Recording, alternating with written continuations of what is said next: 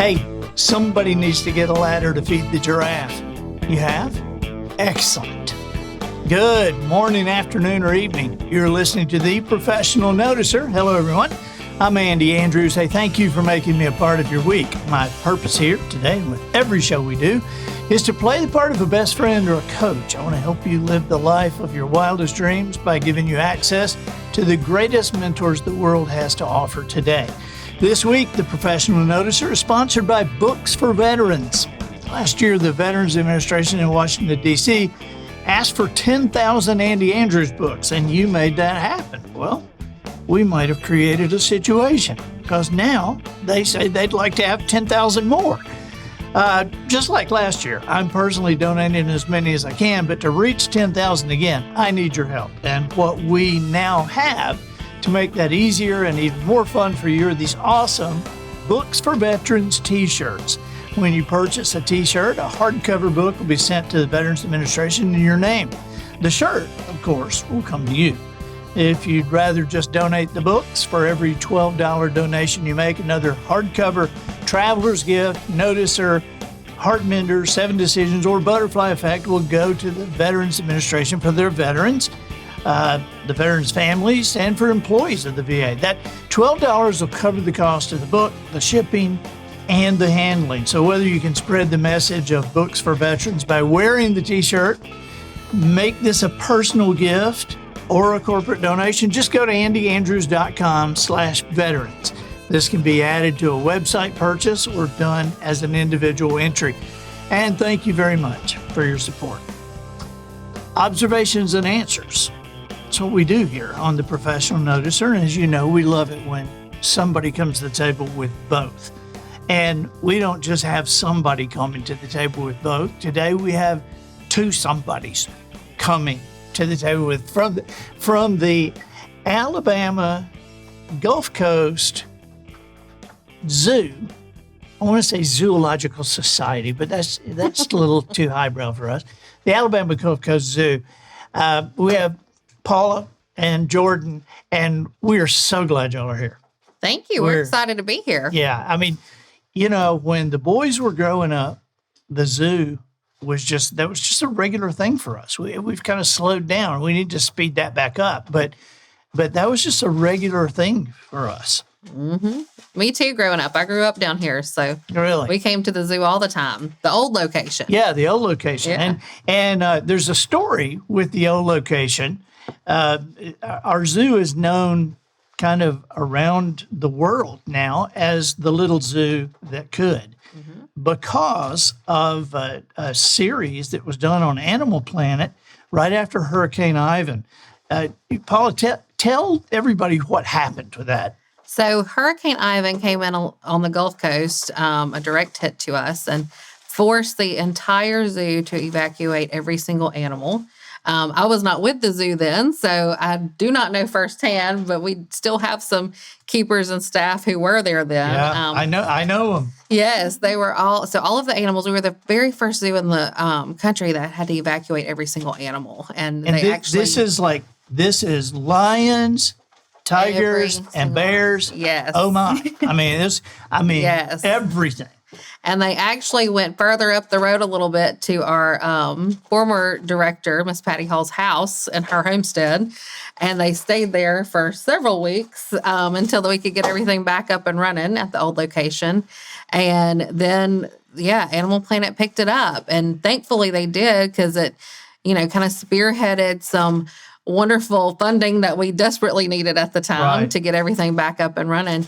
But it also kind of started the talk of, the zoo needs to be higher and drier, but we still wanted to keep it in Gulf Shores because that's where we live and that's where we wanted to be. And so we had a wonderful community member, Mr. Ware, who came out and donated the property that we are now on. And so that kind of started years worth of fundraising and working with the community to get us to the new location, which is just a few miles further north. Like, we're still in the heart of Gulf Shores and excited to be there. But we are glad to say that after Hurricane Sally, everybody was dry and nice. And we only had a couple of limbs, which was a wonderful improvement over even an afternoon rainstorm sometimes at the old location. Yeah, Clyde, we're donating that location.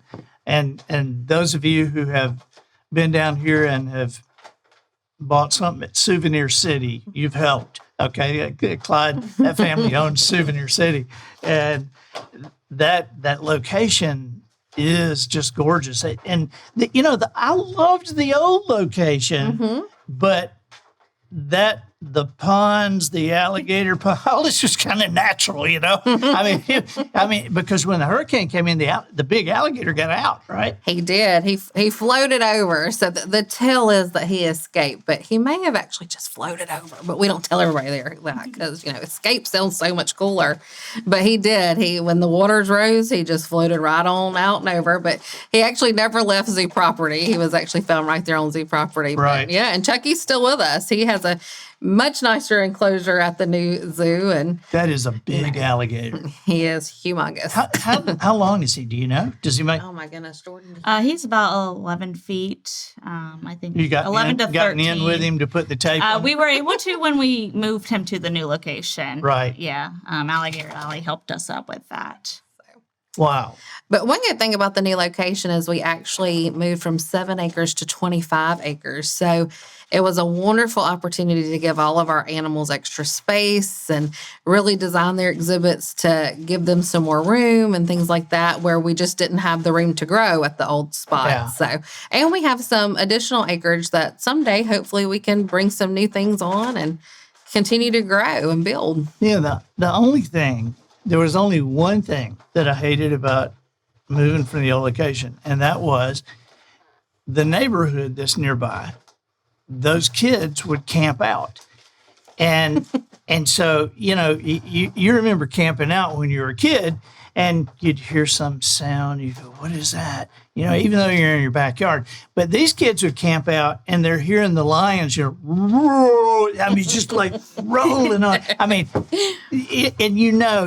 there's some smart aleck like me going, they're likely to escape tonight. But it is such an experience that you guys provide.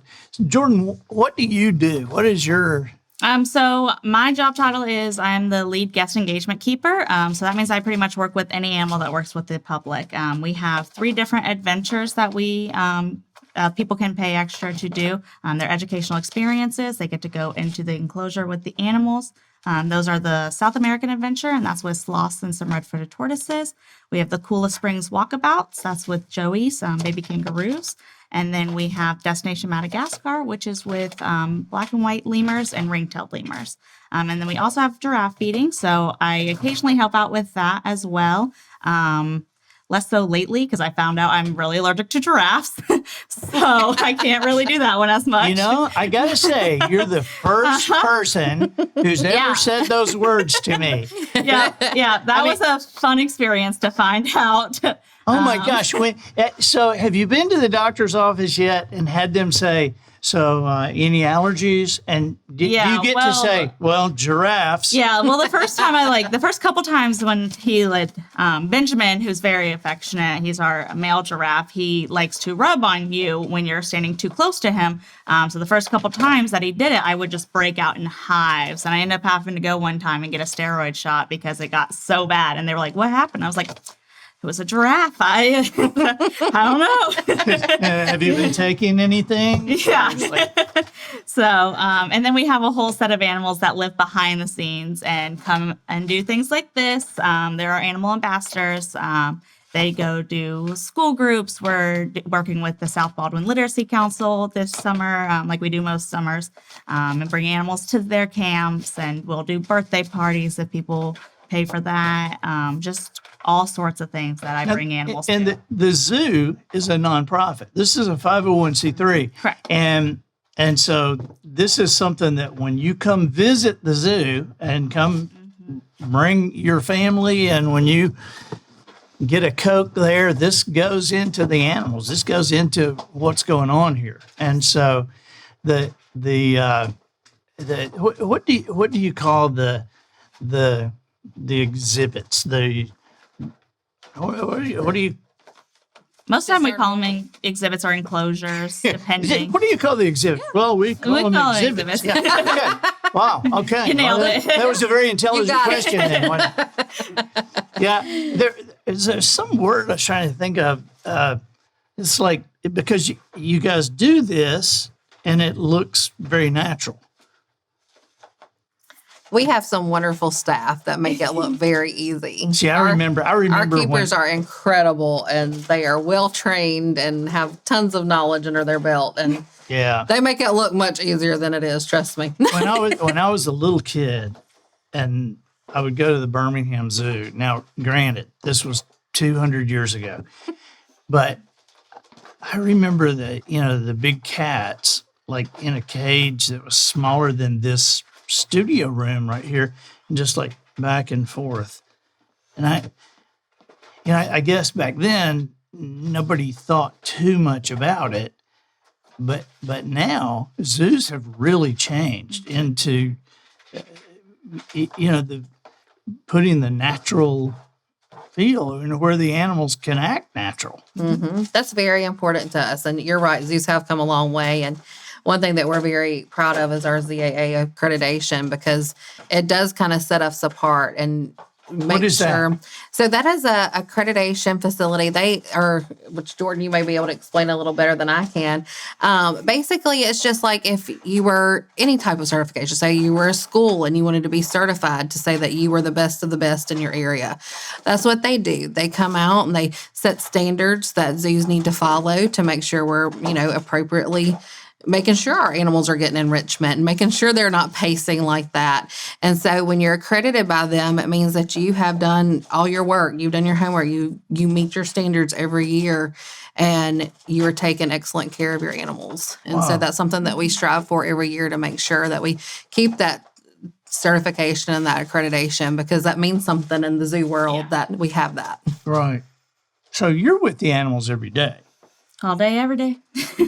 So what interested you in this? I have been working with animals my entire life. And I'm not going to ask you how old you are, but you're obviously under 30. Yeah, I'm very advanced for my age, and I've worked with animals a lot longer than most people in the field. I started out, I'm originally from Columbus, Ohio, or close to there, so I was able to work with the Columbus Zoo a lot when I was younger. I did a zookeeper for a day program with them, and that pretty much sealed the deal for me.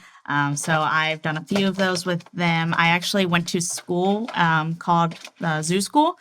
So my senior year of high school, I actually did half of my day at the Columbus Zoo, and I did thesis papers on the animals and worked with the keepers. So I've been pretty much in the zoo since high school. And for those of you who may not know, that's Jack Hanna's zoo. That's the jungle jack that you see on Letterman and Carson and all the talk shows. I was up there and filmed a thing with Jack one time, and got to hold the baby gorilla, and got to go. But this thing was like human. It was. They are. Mm-hmm. Amazing. But and so then from there you. Yep. So I have a degree in zoology. I've worked with the Columbus Zoo on and off as a seasonal intern, all those things. I've worked with the Ohio Wildlife Center doing some rehabilitation. I've worked at a nature center in Kentucky. And then most recently, before I came down here, I was an outdoor education teacher up in Mentone, Alabama. Oh, what? Outdoor education teacher. Oh, okay. Yeah, so schools would... we didn't have those on. Yeah.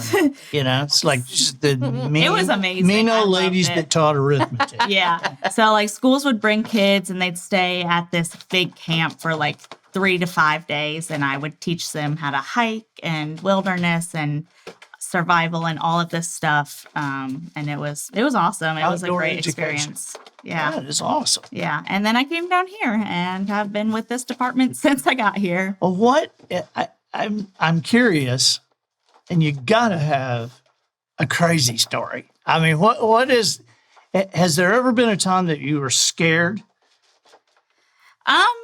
Not really. I take a lot of precautions, and most keepers do, and making sure that situations like that don't happen. scared isn't the right term. There was this one time when I was at the Columbus Zoo, I was an intern there, and I was definitely getting nervous and frustrated with the animal because I was cleaning a large tortoise's yard pool, and I just completely bleached the the pool, and they were coming over to get in, but obviously they can't touch that bleach. So then I'm hosing it off as quickly as I can, and this tortoise is practically chasing me, and I'm just trying to hose the bleach off. Very slow chase. Yeah, it was a slow chase because I'm trying to get the bleach off. The tortoise is chasing me. I'm sure there's a video somewhere of this happening. So I was trying so hard to make sure the tortoise didn't like eat or like ingest any of this bleach, but also at the same time, there's only so much you can do because I can't just pick it up and move it away because Right. this tortoise was larger than I was. So that was definitely an interesting experience, to say the least. Have you ever been working with the crowd? I would imagine doing what you do and this may be just a guess, but having dealt with a lot of people myself, I would imagine it's not the animals that give you trouble, that it's the people. Yeah, it definitely happens a lot. I mean, obviously, I love what I do, and I wouldn't be working in this specific department if I didn't also enjoy interacting with people, because that is a big part of my job. What's the thing that people want to do so much that you can't let them do? Hold sloths. Hold sloths. Yes. Yeah. That is always the thing. Everyone's like, oh, you get to hold the sloths. I'm like, no, you don't. I'm sorry, but you don't. So why can't they? Just a couple things. Those sharp claws? Yeah, that's a big one. A lot of people don't realize how sharp sloths' teeth actually are as well. So they have pseudocanines, so they're technically molars, so they're a little bit stronger, and they are ever-growing as well. And every time they eat, their teeth are grinding together, so they're constantly being sharpened into these really, like, almost as sharp as brand new knives. They have 4 of them right in the front. So, like, if they get mad, they can move fast and Okay, so feel good. but pretty much so far you're dealing with tortoises and sloths. Any fast animals that you deal with? I work with the Eurasian eagle owl. He's pretty fast. He can definitely move fast if he wants to. The lemurs are very quick as well. They're all over the place. Kangaroos can move quickly. The weird stories happen with the slow animals. That's just how it works. Man, kangaroos they can be mean. Yeah, they can be for sure. Yeah, ours are pretty young. They're still joeys, and so they're not quite as aggressive or strong enough yet to actually do any damage. So, I mean, you remember that kangaroo that fought like Sylvester the cat. That was a mean kangaroo. Mm-hmm. Kangaroo Jack, he's crazy. Yeah. So what have you got here? Yeah, so I have a couple animals here with us today. So this is Ghana. She is an emperor scorpion. So they're pretty cool. They're the largest scorpion species. They're native. We really appreciate you bringing the largest species of scorpion. Yeah, well, I brought her because some scorpion species actually have this really cool. There's not actually a really known reason as why they have this, but something in their exoskeleton when they are shone with a black light. Oh my God. Yeah. So they actually glow. So it's pretty cool to look at that fluorescence in their exoskeleton. Do they like that or did they not like it? It doesn't really do anything to them. Because we don't really want to make No, them I never. No, we let all our animals, if they don't want to participate, if they don't want to do something, they do not have to. We have areas in all of the adventures that they can go where they don't have to interact with people. All of our ambassador animals have the choice. If they don't want to willingly come out with me, then I don't grab how them. does the scorpion let you know that, I'm not in the mood today? So how does she let you know I'm not willingly going? So she has a hide that she goes in. If she's in her hide, it won't take her out of it. Also, either we'll use our Kevlar gloves, or I have a special scoop that I use for her sometimes to get her out. And if she walks away from me as I'm in the process of trying to get her, then I'm like, okay, you don't have to go. But most of the time, she honestly will walk into the scoop. She's just like, whatever. She's like a real show off. Yeah, she is for sure. Like a talkative 5-year-old. Yeah. Now, that being the world's largest scorpion, and where's it from? They're from Africa. Yes. It's been a while since I've taken Ghana out. I've been mainly with some of our other animals. I would be with like fuzzier animals than the. Yeah, some of our other animals. And and I understand that scorpions, they'll get you pretty quickly. And if you're only used to dealing with tortoises and sloths, you might be in trouble, Jordan. Yeah. It's been a while since we got Ghana out just because of the time of year. They don't do great in the cold, so we've been having to wait for it to warm up a little bit more to bring her out more. What does she eat? She mainly eats crickets. She also can eat like other small bugs, but she prefers her crickets. Like you don't give her a rat. No, that's too big. That's a little big. Yeah. Wow. Yeah. You can get a closer look at it. I You good? I can see her really good from here. It seems like the farther away, the clearer. Oh yeah. Man, that is like. She's pretty cool. She is. You know what I think of when I think of scorpions? This is just me, but there was some cowboy movie that I saw when I was a little kid, and these guys had to arm wrestle. And they put a scorpion here and a scorpion here. And they were, it's like somebody would try to force them down on the and that's what I think of when I don't think the sweet little scorpion that's like walking into your hand and eating a cricket. Yeah, no, Ghana's very chill. Now she hadn't moved. No, she doesn't really do a whole lot, honestly. She sits there and glows. Yeah. When she first gets in this, she'll walk around, kind of getting the feel of it, the smells. If there's been anything else in this, a lot of times we'll put crickets in here sometimes to keep them before we feed them to our animals. So she'll kind of wander around and smell for a bit. But other than that, she kind of just hangs out. Yeah. So she hadn't moved, but there's something down under the table. Yeah. It's moving. Has not stopped moving. Yeah. Moving a lot. Yeah, you might notice me checking down a little bit because she technically can hop out of here. When we were starting and I was doing the first part, and usually if Matt and I hear noise, we're like, okay, stop. What's the noise? Yeah. And I realized, yeah. You got a ball. Yeah, this is actually Lucille Ball. She is a 3-banded armadillo. Make sure the scorpion's out of the way of the camera there. So yeah, this is Lucille. Like I said, she's a 3-banded armadillo. She's one of the only 3-bandeds are one of the only species that can actually completely close themselves up like this. So this triangle right here is her head. This triangle right here is her tail. And so she's very protected and secure from any predators. So we have to do a big shout out to our donor who helped us acquire Lucy, Mr. Art Shambo.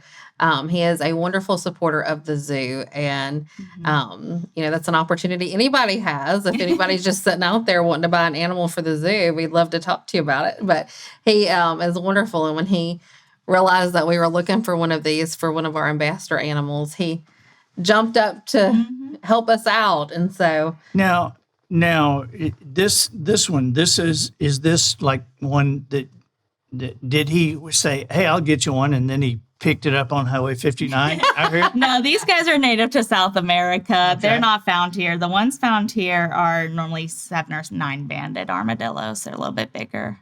Gotcha. Yeah.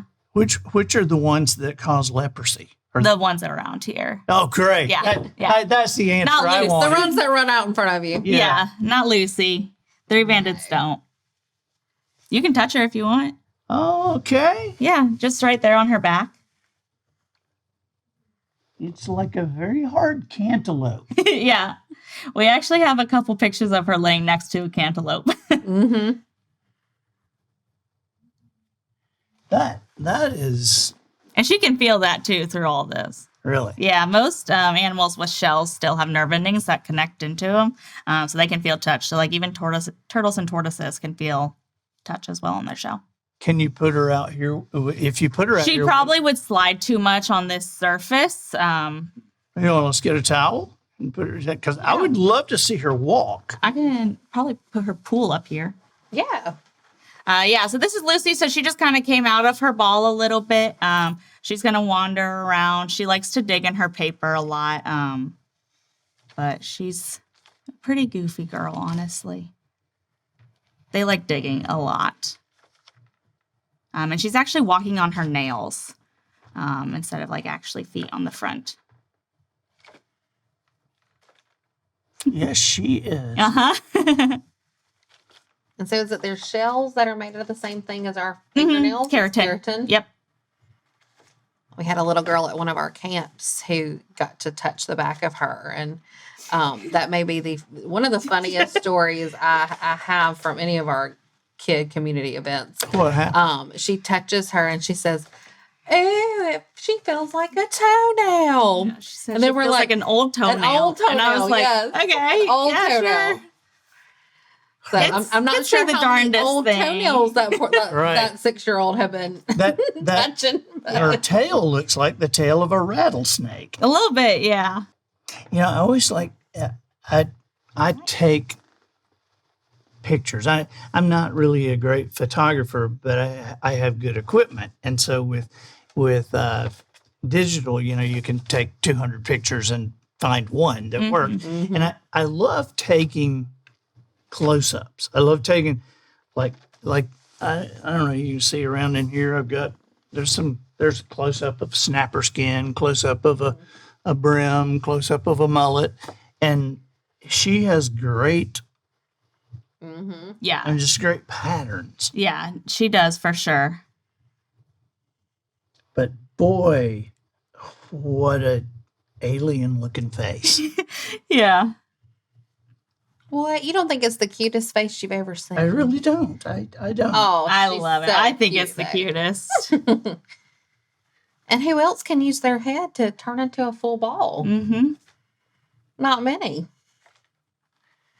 That is amazing. How common are they? And where in South America? All over South America? Yeah, through most of South America, for sure. They're fairly common. I think they're endangered, technically, but they are on the rise as well. So they're not all over the roads like ours are. Not as much. Definitely, unfortunately, people are always a threat to animals, but not as much. They tend to stay in the more wooded areas. They like to make burrows and things like that. Right. Find a nice yard and dig it up. Yeah, exactly. So they have such beautiful nails. Mm-hmm. Well, what is your favorite animal to deal with on a daily basis, Jordan? So it kind of depends on the day, more on their attitudes they're in for a the good day. mood, But I really enjoy one of our sloths. His name's Patron. I enjoy him.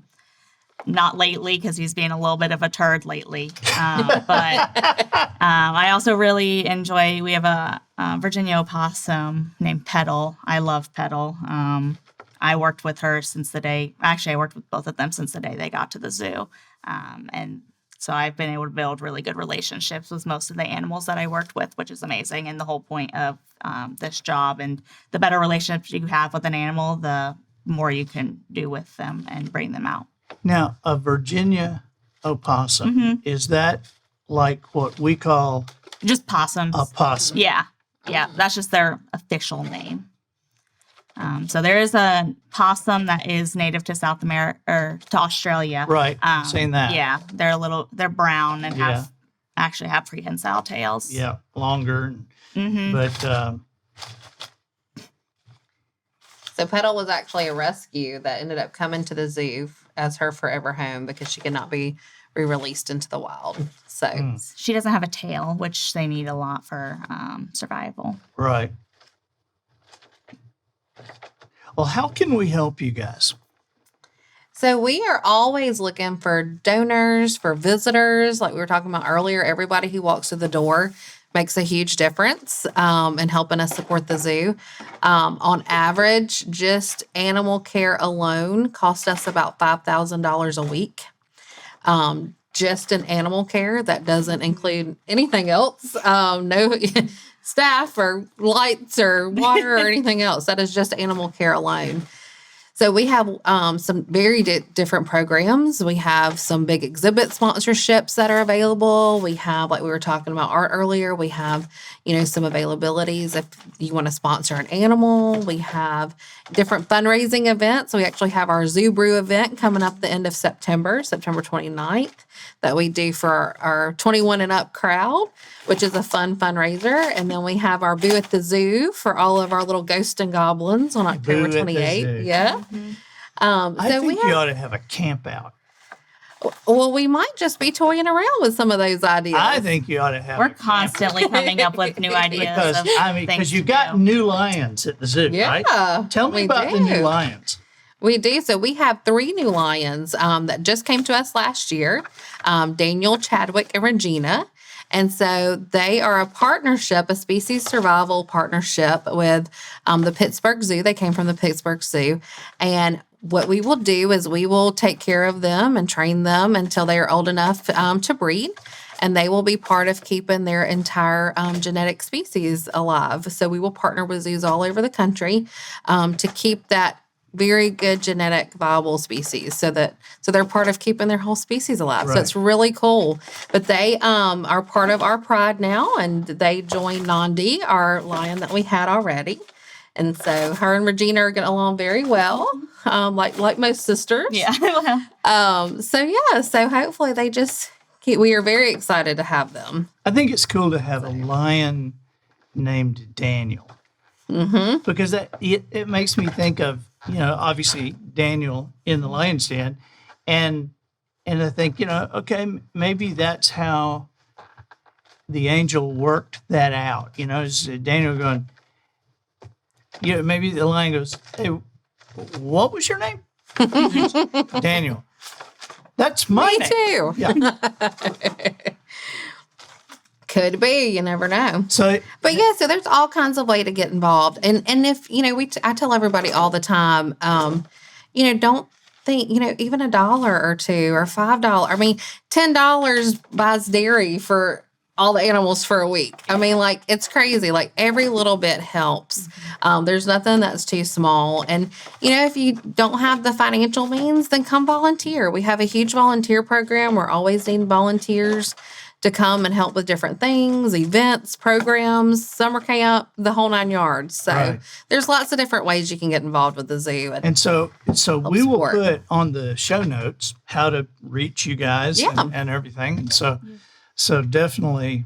We also take linens and stuff. We go through the amount of flat sheets we go through is ridiculous. Flat sheets and pillowcases. What do you use those for? A lot of behind the scenes underneath bird enclosures, in some exhibits, it just is a lot easier for us to, when we can't hose out every day, we can clean those. It just helps a lot with cleaning. In the winter, we go through a lot of blankets and comforters and everything like that. When we have to close up houses to keep in warmth, if animals need blankets to stay warm, like some of our primates, just anything like that, linens are always a big help as well. Mm-hmm. And not a lot of people think of for a zoo.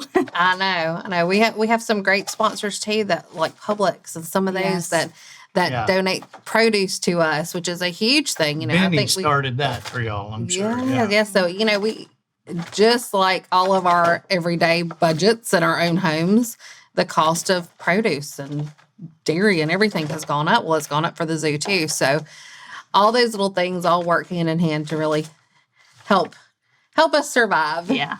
What other cats do y'all have? I'm just curious. So we have lions, we have servals, we have Eurasian lynx. Mm-hmm.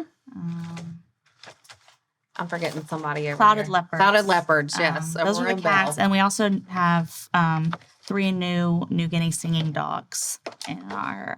what kind of music do they... Are they jazz or country? Yeah, that's what tends to be their favorite for sure. Singing dogs. Yeah, absolutely. It's just the way that they bark and yell. It sounds almost Where are they musical. From? New Guinea. Really? New Guinea singing dogs. Yeah, we have 3 of them: a pair of parents, and their daughter. Lucy wants to talk too. Yeah.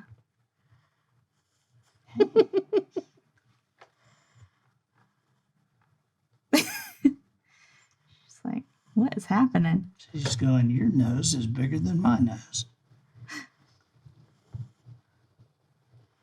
Stare down. Oh my gosh. What, wolves? Yes, we still have our wolves. 3. We used to go, I used to love seeing the wolves. Yeah, we have Buddha the bear. He's still there. Buddha the bear. Buddha We have the Hester bear. the bobcat. Yeah, He's just Hester not the in bobcat. that He's in area. America. He's in the Americas region. How big is Bobcat? Medium dog sized. Yeah. Like a That's a good singing dog example. or a regular dog? Actually, the singing They're dogs are about the pretty same. tiny. Yeah. Are they? Yeah. Yeah. Do they sing a lot? I mean, do you hear them? The daughter does. I hear her more than the parents, for sure. Usually you hear them either first thing in the morning or late in the afternoon. Usually when the zoo is not real busy. When the zoo's real busy, they kind of just watch everybody. So. Right. Yeah. Gotcha. Most of our animals are just kind of nosy and just like to watch what's going on all the Yeah. time. Are there deer hanging out, walking around? We have one deer. She is in our contact barn. That's Delilah. And then we have some of our other, we have muntjacks, which are a very tiny version of deer. They're not deer at all, actually. No. Jordan's over here like, that's not a deer at all. But most people walk by them and they think look like it tiny is. deer. Yeah. But they're actually muntjac. They're over in our Africa area, and I think they are the cutest little things They're so funny, ever. They're yeah. so cute.